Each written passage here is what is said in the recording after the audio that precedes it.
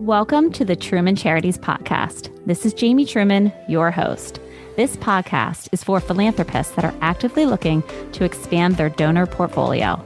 The founders and I will be having in-depth conversations about their organization. At the conclusion of each episode, you will be able to make an educated decision on if this organization resonates with you. Welcome to another episode of the Truman Charities podcast. My guest today is Lori Calhoun. Lori has had a passion for providing a safe haven for all creatures her entire life. As a result of her early love for horses, Lori became the co-owner and co-manager of Summer Wind Farm.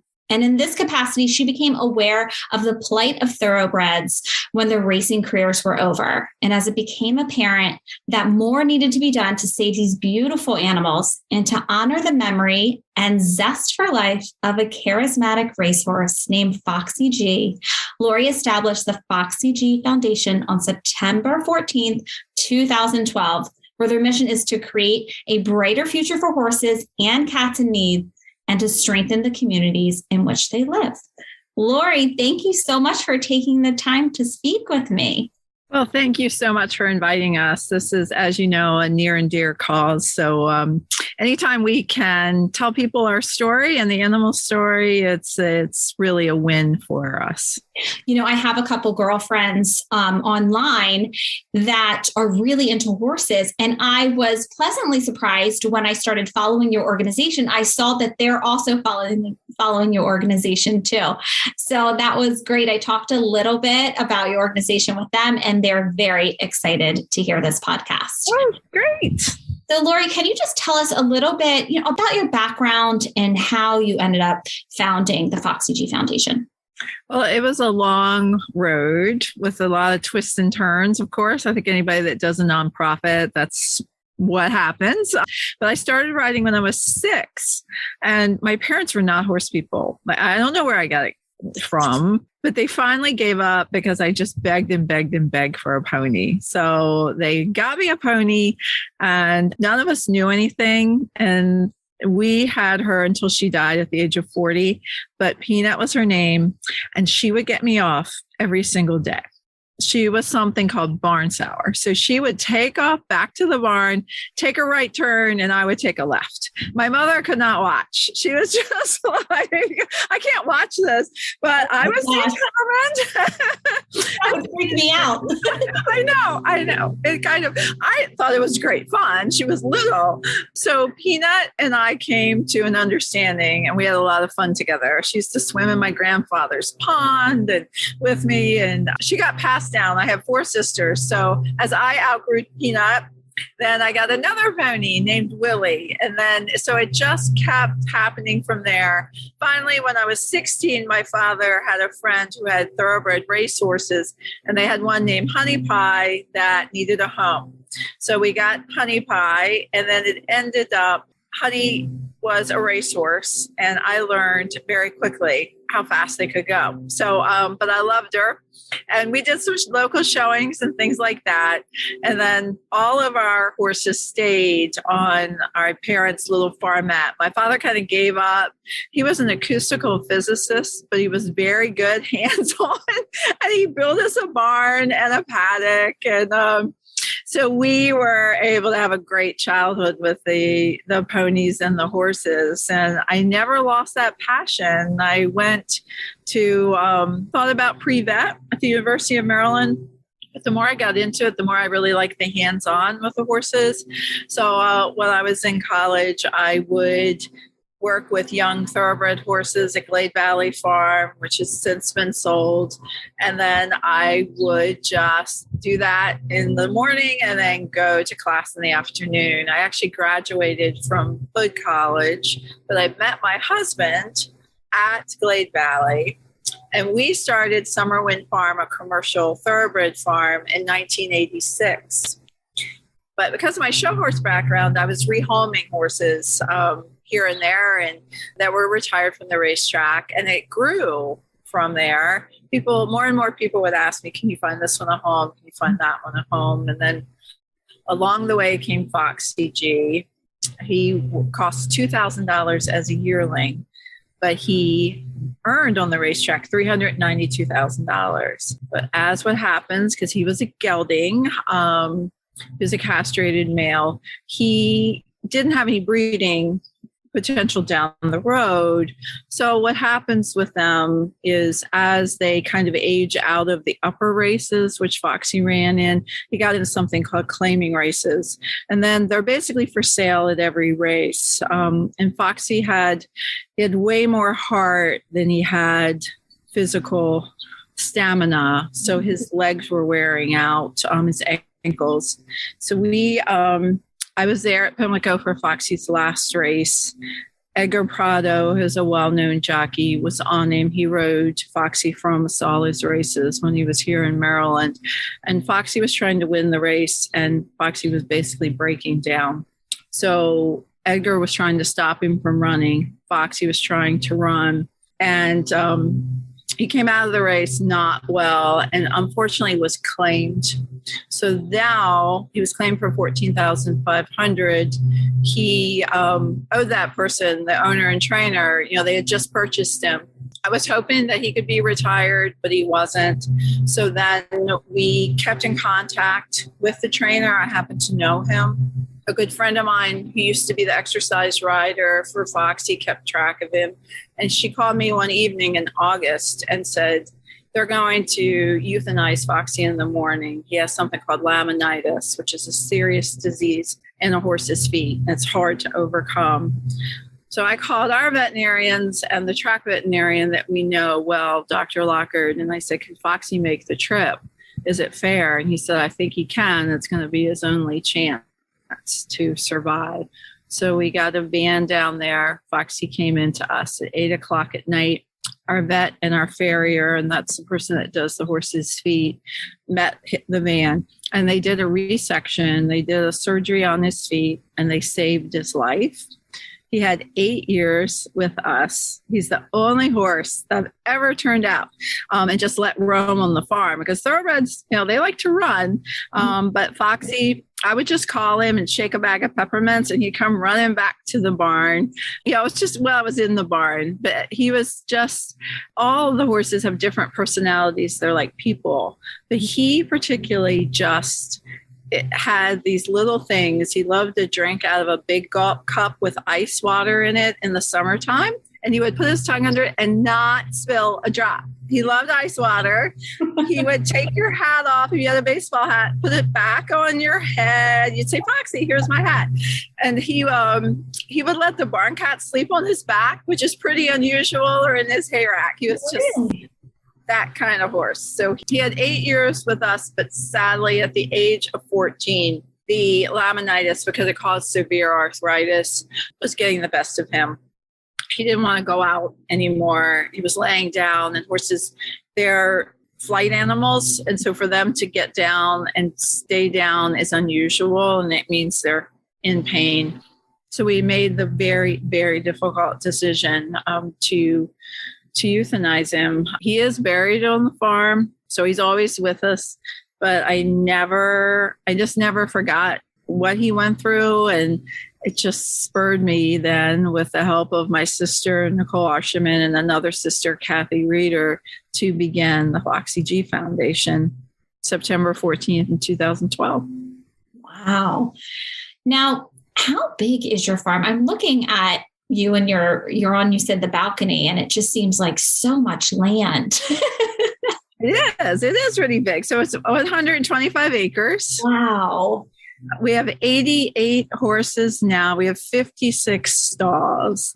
So our main focus is horses like Foxie that are probably facing an uncertain future without some long-term help. So we do a lot of rehabilitation of racehorses that have severe injuries. It's something we've done as a commercial farm. We kind of started moving over to Foxie G from 2012 to 2019. 2019, we became all Foxie G on the farm. So we do a lot of horses that need a year or sometimes a year and a half to rehab from an injury before they're able to be adopted. We adopted an average of 44 horses a year. into homes, but we do offer a sanctuary program for horses like Foxie that can't be ridden any longer, but are able to be pasture sound and be horses. Okay. So is that what the difference is between a horse staying at your sanctuary or being adopted out, is the ability to ride? Yes, because the reality is horses are expensive to keep. Most people don't adopt just a companion horse, particularly not a companion thoroughbred horse, because they are more costly to feed and care for. They require more calories. It's a little different than taking care of your average quarter horse or crossbred horse. So when people look for companions, they often will look for a breed that isn't as maybe high maintenance. I do sometimes find companion homes. We've got 2 out right now, just recently in the last 6 weeks. I mean, those are my favorite to do, because we also work with retired brood mares because they tug at my heart. They've been racehorses, then they've had racehorse babies. But at the end, when they can't have them anymore, unfortunately, you often see them ending up in the slaughter pipeline. Oh. It's heartbreaking. So we have a good number of retired brood mares that live their lives out with us because they're into their late teens to 20s. Thoroughbreds live to the mid-20s, and it's a little too late to start them in a retraining program. But I did just find a companion. We had a really nice trail mare that needed a companion. The people wanted 2 horses. So Wellington's Arch was an old brood mare. She was 20, and she's the nicest mare in the world. And we were able to pair her up with the adoptable horse, local debut, and they were able to go together. So Welly's got one-on-one attention, and it just does my heart good that we could find her a special spot.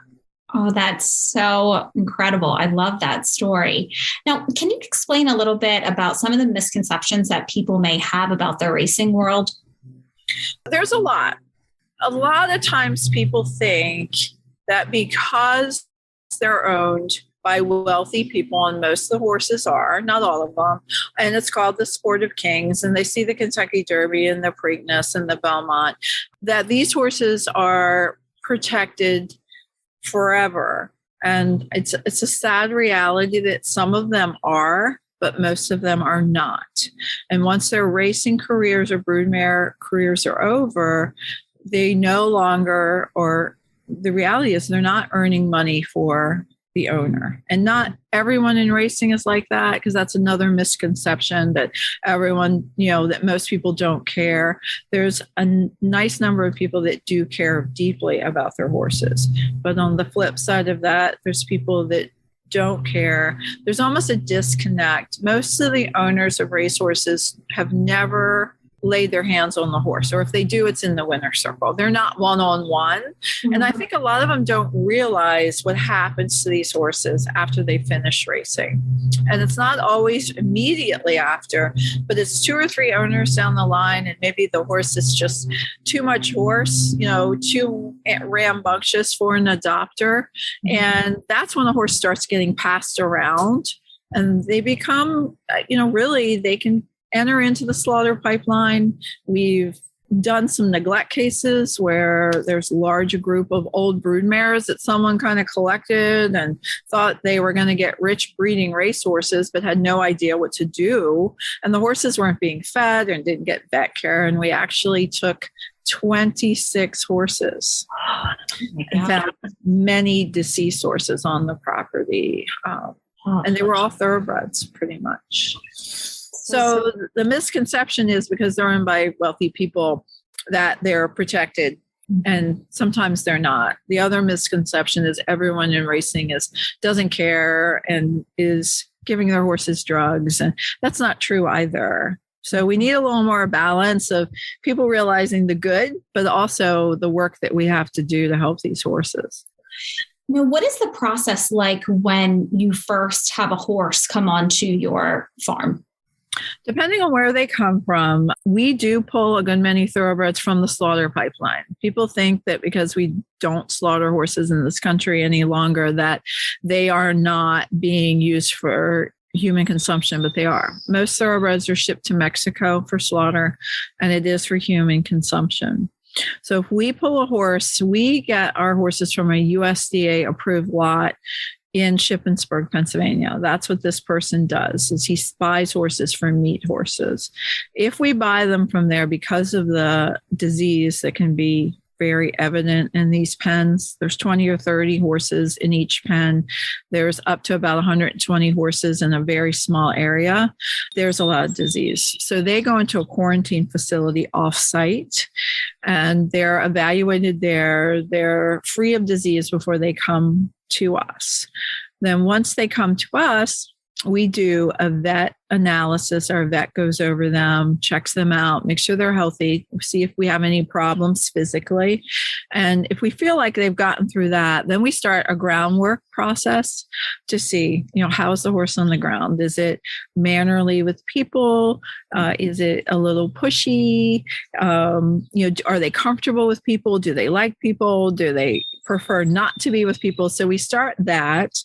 And then we start with putting tack on. We have 3 riders. They're excellent. They're all, I always jokingly say, young enough that they bounce to start this process because I am way too old to be doing this anymore. So they don't care. They just get up, dust themselves off, and go back. So we're lucky to have them. So then we start them with the riding, and we'll start them just in a smaller ring, see how receptive they are, see if they have any bad habits that could be dangerous for someone to adopt them. We'll start them in a bigger area, and then we do a little trail work around the farm. We do some work with desensitizing them just to tarps and pool noodles, and we see how they react to different things because they're not going to be racing any longer. They're going to have to encounter things that they haven't seen before. The good thing with thoroughbreds is they have seen a lot. The racetrack's busy. When they have events like the Preakness, there's tents and there's people and there's skydivers and there's tractors. And so there's music. So they have had that kind of experience. So we just see, where are you going to fit? And then we tie it together with, if a horse has a previous injury, then we say, okay, our vet will say, this horse shouldn't jump. Or if this horse can jump, it can jump maybe a 2-foot course. So, or maybe it shouldn't jump at all. So once we finish that, then we post the horse for adoption on our social media. Sometimes I have someone looking for a horse, a pre-approved adopter. We try to match them up. We do a phone interview. They fill out an application telling us what they would like in a horse. They send us pictures of their facility, if they're boarding or they own it. Then we set up an appointment for them to come out. They come out, meet the horse. We do some groundwork. Our rider rides the horse, and then they can ride. We try to get people to come more than once. It's because it's very hard to tell if it's a match. And then after they've made that decision and the adoption is approved, we'll do a 30-day trial where the horse is in their facility, working with their trainer to make sure that really it's a match.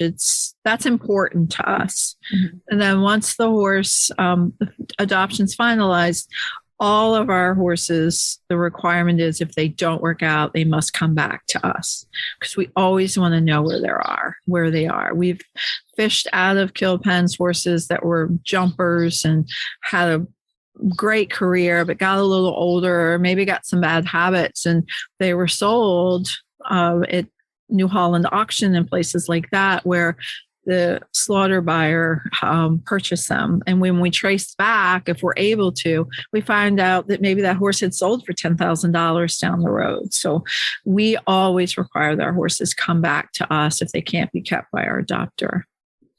Wow. The process that you guys take when you bring in a new horse, I'm overwhelmed of how much care and love that you're giving to each one of these horses. It has to be such a huge undertaking for you. How can people help? Say, your adoption is fantastic, but say I'm here and I live in the city. I can't adopt a horse, but I love what you guys are doing. How can I help? There are many ways for people to help. We do a lot of our own fundraising. So we have 3 or 4 fundraisers a year. Attending fundraisers is a big thing for us. There's ways to easily donate on our website. But if it's not donation that's monetary, then we always look for items for horses, or someone can call our feed supplier, which is Southern States and Mount Airy, and do a gift card. We take donations of hay. Fry Agricultural Services supplies a lot of our hay and our bedding. Gift cards can be purchased through them. Volunteer hours with, I have a 3-page list. I keep running. It seems like, things to do around the farm. We try to keep the facility very nice. So it's, any kind of maintenance you can imagine, fencing, painting, gardening. We have events set up, helping at events. So we're getting ready in 2 weeks to go to the Preakness. So we need people to help with the booth. And then, of course, if there's people that also want to help with the animals, because we do have the horses, but I also do something with feral cat colonies in our area. We're in a farming community. So I would always have cats wander onto the farm, and we would spay, neuter, and vaccinate. And then somebody would say, hey, can you help? We've got 30 cats. And we're like, we can help. So we come in, do low or no cost spay and neuter or vaccinate. Sometimes we have to end up managing the colony. So we have 11 colonies we manage ourselves.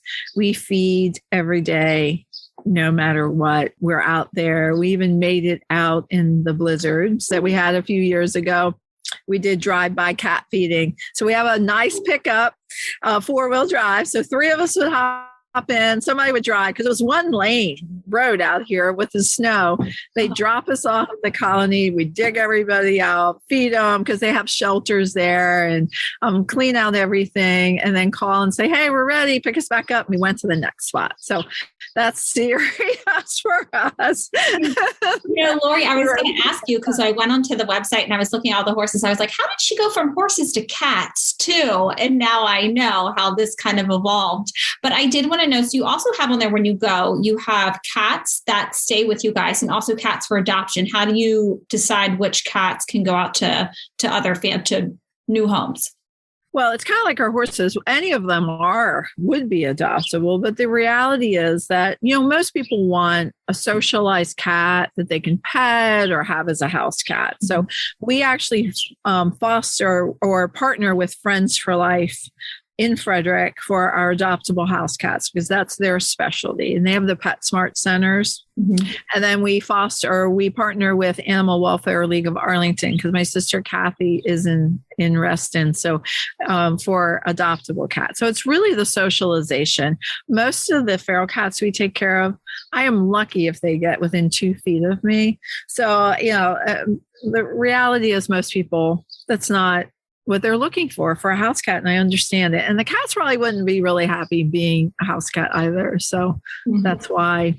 And I was also looking on your site, and you guys have farm animals too. I was like, oh my gosh, Lori has so much going on, and they're just so cute. I saw, it was a little mini donkey named Sunny that you call like your grumpy old man. The cutest thing. I was like, oh, you can see he looks like he's naughty. Like he is naughty. That we call him Groucho, or the grumpy old man. So he was in a feedlot in North Carolina. All our donkeys are.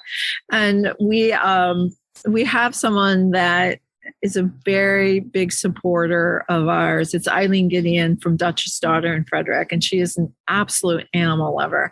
And she just said, Laurie, look at these donkeys. I think they go to China for slaughter. It's terrible. And she's like, do you think we can save them? And I was like, sure. Because I was thinking, this is great. We can have them for the kids when we have events. Well, Sunny must have been a petting zoo donkey, we think. Mm-hmm. And he does not like kids. He does not. And he'll turn and try to kick kids. We think he just had enough. And he is grumpy. He'll put his little ears back and shuffle away from you. So he needed friends. So we got Arthur and Fiona, who are full-size donkeys. He's a mini. And lo and behold, when we pulled them from the feedlot, Fiona was pregnant when we got her into quarantine. So she had her baby. It'll be 2 years in August, and she had him. She was out of quarantine and was here. So her baby's name is Violet. She's the friendliest one because Arthur and Fiona are a little feralish themselves. So we have them. And then we have a pot-bellied pig that wandered onto the farm named Petunia. We were a little confused and never had a pot-bellied pig. He was young. It's actually a male. He's now been neutered. He is feral. He came from 2 farms down, and they just kind of turned him loose. They didn't want him anymore. So I said, can we keep him? And they said, sure. So we have Petunia, and we have a goat named Cher that I call her my dog goat. So she follows me everywhere. She was at a farm where they were using her for goat tying for kids, and she wouldn't run. She would just lay there. I was like, so what is goat tying? It's part of a rodeo thing where kids learn to tie, roping and things. Oh. So Cher wouldn't run. She would just lay down. So they couldn't use her, and they cared about her and didn't want her just to end up anywhere. So we have her, and she follows me everywhere. I call her, and she plays. My husband and I have an Irish setter. So they play together. She likes people and dogs better than other goats or the horses. So. Oh my gosh, you are doing so much. You have so many animals to take care of. I'm kind of blown away when I'm talking to you and you're talking about, the horses, and I didn't even know that they use them for meat in Mexico. And we have slaughterhouses here, and donkeys. You said what, to China is where they go to China for their skins for medicinal purposes. Yeah. I had no idea what I guess a big industry it is that I didn't know about. And I think a lot of other people don't know about.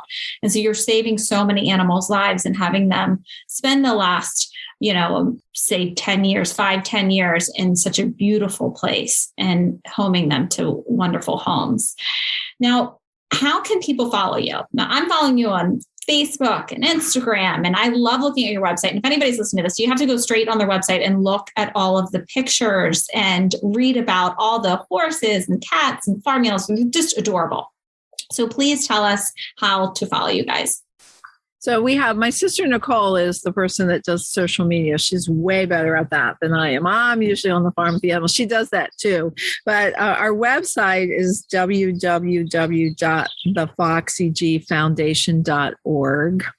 Then we have our Facebook is under Foxie G. We have Twitter, same way. We have a TikTok, kind of gearing towards the younger generation, though they are fun. So that is under Foxie G as well. I don't think I missed anything. I think that's what we have. And Instagram, we have an Instagram account. So, and we love people. We try to post the animal stories and things of going on the farm, almost every day. Oh, you do. You do a great job. I love following you guys. I just saw the event that you guys did for the Derby, and it looked amazing and so much fun. Even though it was raining, it looks like you guys had such a great time. We did. And that's the problem, though, with events, and particularly outdoor events. Like we were looking at this and saying, we can't cancel it because the Derby is today.